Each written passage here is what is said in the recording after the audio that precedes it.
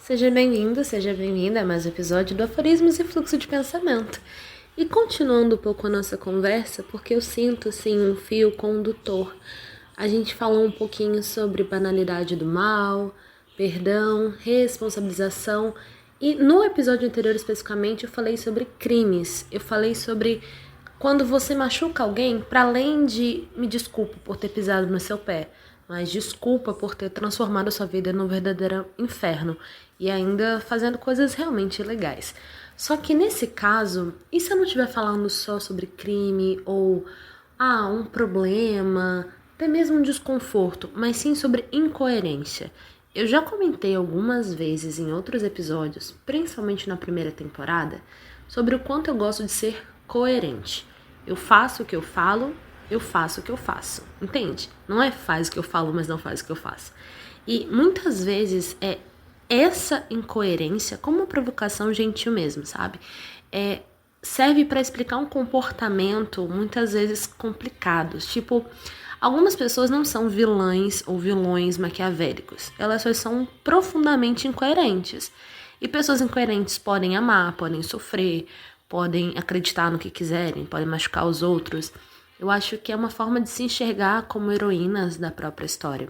O que conversa muito com o episódio onde eu falo sobre aceitar o protagonismo, assumir o protagonismo, é necessariamente assumir a responsabilidade sobre a sua vida, sobre os seus atos, sobre as suas escolhas e não necessariamente colocar todas as outras pessoas como coadjuvantes, alguém que está ali para te servir, ou melhor, para servir a narrativa que você constrói sobre si mesmo, porque a gente não vive apenas uma vida, a vida que a gente tem. A gente também vive a narrativa que constrói sobre si. Algumas pessoas conseguem sustentar uma distância gigantesca entre essas duas, principalmente quando a gente fala sobre papel social. O papel da mulher, o papel do homem como provedor, o papel da mulher como mantenedora da casa, o papel da adolescente, o papel da mulher de fé, que suporta tudo, dessa coluna, o papel... Enfim, são vários papéis sociais, mas eu acho que esses papéis organizam a maneira como a gente se entende no mundo. Se a gente nunca der um novo significado para esse papel, nunca questionar o papel, só seguir a ordem, não necessariamente é uma verdade objetiva, mas pode ser uma espécie de verdade pra gente. Conversa também com a ideia de fingir. O fingimento é diferente de uma mentira. Muitas vezes a gente não tá se sentindo bem. Eu já comentei isso, que quando eu tava triste e ia pra universidade, eu me fantasiava quase.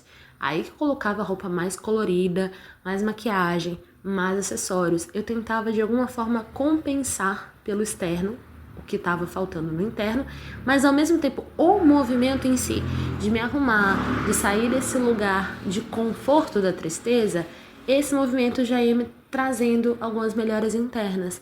Então, pretend to be, fingir até ser, é interessante desde que você esteja se movimentando para ser.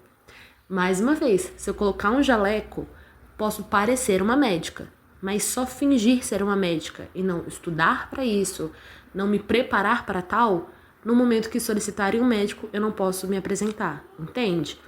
Isso tem muito a ver também com a trajetória como atriz, como arte educadora, com profissões que não são tão formalizadas assim. Como criadora de conteúdo ou mesmo como artista, muitos colegas já perguntaram para mim, em que momento eu me considero um ator?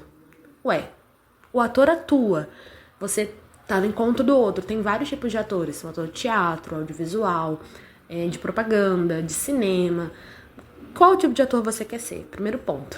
Até numa categoria ampla, a gente precisa se encaixar e ser quanto mais específico, mais personalizado, entende? E aí essa pessoa, ela já fazia teatro, ela já estava no palco, mas ela ainda não tinha obtido o DRT, o registro de ator. Eu posso me considerar ator? Sim, você pode se considerar ator. Você talvez não vá ter acesso a algumas oportunidades de trabalho, porque elas dependem do DRT. Mas aquelas que não dependem e são diversas, você já pode atuar. Você já é um ator. Quando eu publiquei meu primeiro poema, acho que eu tinha uns 16 para 17 anos, quando eu publiquei meu primeiro poema, eu comecei a me chamar de poetisa, mas é engraçado, porque eu já era poetisa muito antes de publicar. Não é porque alguém validou, não é porque tem um material, alguma coisa física que representa, que agora que eu sou. Eu já estava no processo, construindo. Acho que a primeira vez que um poema sangrou pelas minhas mãos, eu gosto de usar essa metáfora, eu já era poetisa. A poetisa não é só aquela que escreve sobre o mundo, é aquela que de maneira sensível observa. E traduzir isso em palavras, traduzir isso num texto, numa certa estrutura, isso é arte também. Então, para além dessas questões, oficina e matéria-prima e oficineiro, digamos assim, a gente leva em consideração que toda hora a gente está fingindo alguma coisa. Tem o mais clássico de todos, né? Eu quero muito dormir. Eu primeiro preciso fingir que eu tô dormindo para dormir. Vocês já repararam isso? Primeiro eu fecho o olho e eu acredito tão profundamente que eu tô no sonho que eu sonho. Não necessariamente, às vezes não acontece, mas a gente precisa fingir para quase tudo. Inclusive, fingir é o começo de um processo automático. Tem várias coisas que a gente faz de maneira automática, porque o nosso corpo já internalizou isso. E quando a gente não faz com presença, é fingimento. Quando eu tô atuando, não é fingimento, porque eu tô presentemente trazendo o que o personagem falaria, através do texto, dramaturgia, que foi me apresentado, mas através do subtexto também. Então, quando eu não estou dando o texto, não estou falando em cena, eu ainda estou presente na cena. Não é um fingimento, é uma ação como o personagem. Para quem não é do teatro, talvez não vá compreender direito essa... Compreender direito é complicado, né? Não vá sentir afinidade com esse tipo de exemplo.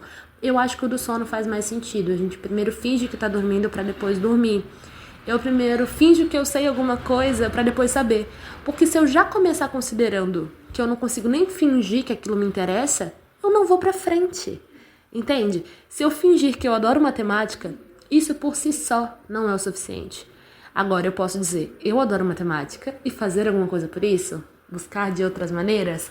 Talvez com videoaula, talvez com uma música para poder decorar a tabuada, etc, etc. Eu acho que quando você se propõe a fazer alguma coisa, inclusive fingir que é o ato de alguma coisa, é importante ter interesse.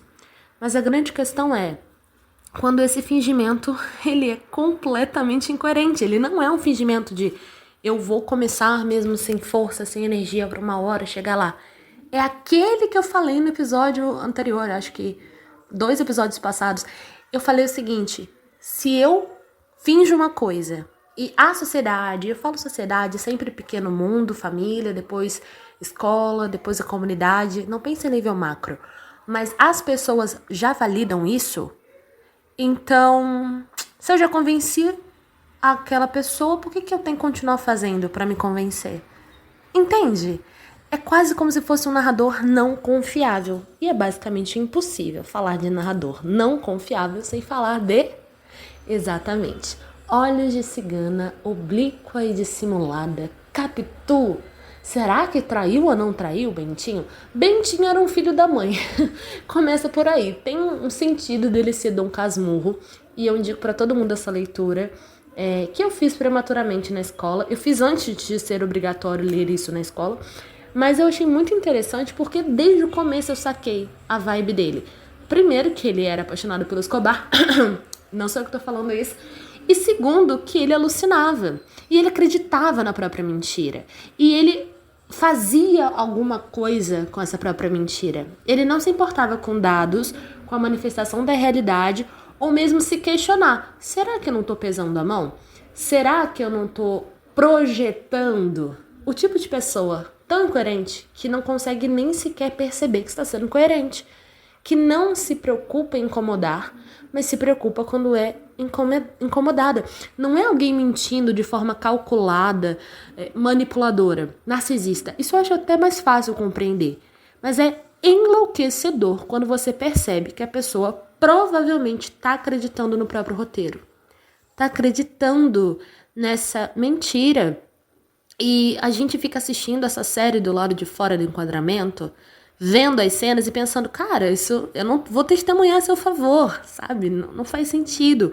Porque quem conhece os bastidores, as reclamações diárias, o perfil, a personalidade, as atitudes, as dependências, as contradições, percebe as incongruências.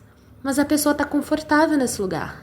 Se eu só fingir que eu sou feliz e não fizer nada para me aproximar desse objetivo, mas o outro já me considerar feliz, eu estou assinando um atestado de infelicidade perpétua. E é isso. Por isso que muitas vezes sair desse lugar de muito, eu não digo apoio, mas num lugar de conformidade. Como eu critiquei uma vez a inteligência artificial, falando que ela tá ali não para te confrontar, para confirmar o que você tá falando. Então, se você sai num lugar e você fala uma besteira, tá? Ainda não é um crime, é uma besteira. E as pessoas, ou elas endossam, elas riem, ou elas não problematizam, você sai de lá achando que fez corretamente. Entende o quanto eu tô tentando chegar lá? Só que o quão difícil, o quão relutante uma pessoa fica, nós ficamos quando alguém vem apontar o nosso erro, porque tem isso também. Eu não tô aqui com síndrome de protagonista, salvadora, que vai ver o erro em todo mundo, menos em si mesma. Eu tava assistindo Hazbin Hotel, a primeira temporada com a Cris, minha amiga, que veio pra cá. E aí tem uma cena que é maravilhosa. A Charlie, ela faz Depois vocês pesquisam um pouquinho sobre Hazbin Hotel. Mas a Charlie, ela faz uma reunião em grupo, como se fosse uma terapia em grupo, sabe? E fala assim, então, hoje aqui a gente vai abrir o nosso coração, vai falar um pouco sobre nós. Aí tem um personagem que é o Husky, e ele fala assim, bem, eu já saquei de vocês. E ele vai apontando cada uma das características.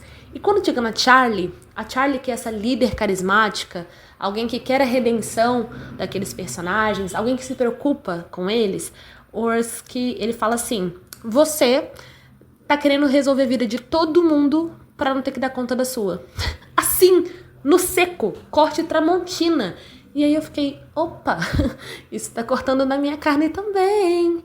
Porque isso de você ser uma pessoa esclarecida, lúcida, ter o arcabouço literário, robusto e, ao mesmo tempo, capacidade simbólica de pegar o que tá acontecendo na vida e ressignificar, isso é uma bênção e uma maldição, sabe? Querendo ou não, você vai trabalhar uma questão de ego, de soberba.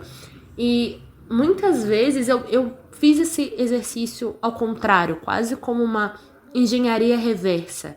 Quais são as mentiras, as miragens, as elucubrações que eu faço sobre mim? Qual é a narrativa que eu tô contando sobre mim, que eu acredito sem dados da materialidade? E que se alguém vier me confrontar, eu vou ficar na defensiva. Porque o confronto é sempre uma coisa tida como ruim. A discussão, sabe? Hoje eu vou sentar para ter uma DR com meu namorado. Isso é sempre de uma maneira pejorativa. Enquanto eu tive relacionamentos que eu pensava, enquanto tiver o D, tem o R. Enquanto tiver discussão, tem relação. Quando eu já não discutia mais, você podia ter certeza que eu tava contando os minutos para poder acabar essa relação. Então, na verdade, discutir, confrontar, fazer uma coisa que em How I Met Your Mother aconteceu tantas e tantas vezes, que era intervenção. Às vezes eu tenho vontade de pegar uma faixa branca e pintar em vermelho. Intervenção. Amigo, senta aqui. Olha, tá acontecendo isso. Como que você tá se sentindo? Isso não tá legal. Porque o confronto, trazer essas informações, isso ajuda. Isso é amor. Muito mais do que ficar concordando com tudo. Confrontar e mostrar aquilo que não tá legal, porque não tá legal, e proposta de resolução, é assim que deveria ser no mundo ideal. Mas não é assim, né? Porque a gente não vive num mundo ideal onde é tipo um privilégio ver aqui. Eu tô muito Disney hoje.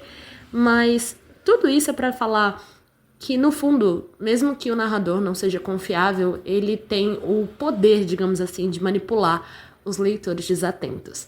Então fica aqui o convite, tanto para fazer a jornada de dentro e perceber quais são essas mentiras, quais são esses contos da carochinha que a gente conta para nós mesmos, sabe? O que tá passando aí dentro, porque às vezes é mais fácil olhar para fora do que para dentro.